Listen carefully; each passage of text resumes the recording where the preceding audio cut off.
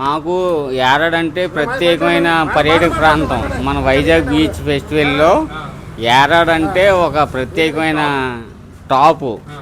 RK beach ఎలాంటిదో మా ఊరు అలాంటిది యారాడ్ అంటే.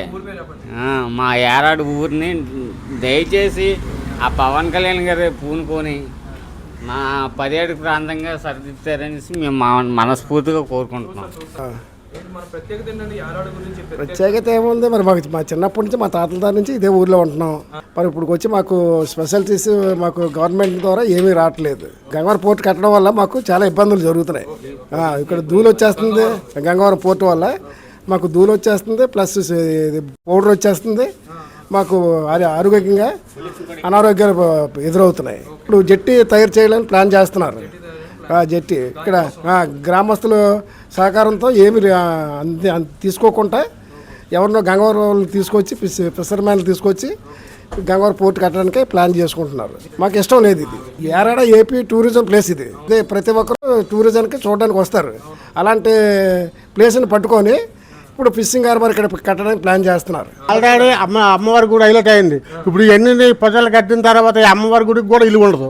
ఎందుకంటే వచ్చిన ఆడియన్స్కి, గెస్ట్లకి, వాటికి చాలా ప్రాబ్లం అయిపోద్ది ఇక్కడ జట్టు కట్టడం వల్ల.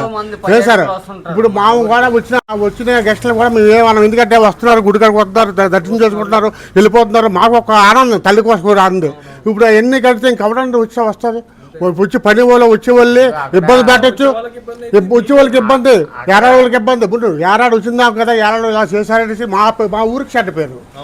చిన్నప్పుడు ఎక్స్పీరియన్స్ అంటే బీచ్ చాలా బాగుంది, చాలా అందంగా ఉండేది, చాలా ఆటలు ఆడుకుంటారు.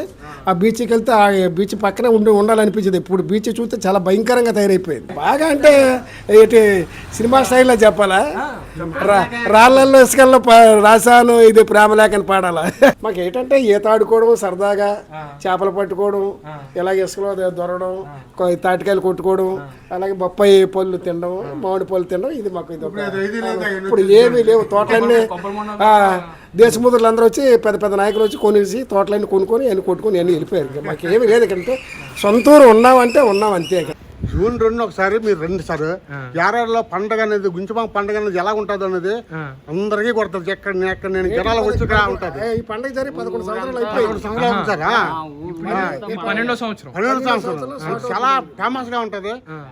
ఊరు మొత్తం ఖాళీ ఉండదు. రోడ్డు మీద బళ్ళు కూడా నడిచే ఓపు లేదు, అంత పైన పెట్టుకోవడం అలా ఉంటది పండుగ. ఎంత పండుగ అయినా సరే చిన్న ఆని గుడబగా ఉండదు సార్. ఎందుకంటే అంత బంధిస్తారు, కలిపి గిరిపే ఉండదు. ఊరి పెద్దలే దీన్ని కంట్రోల్ చేస్తారు.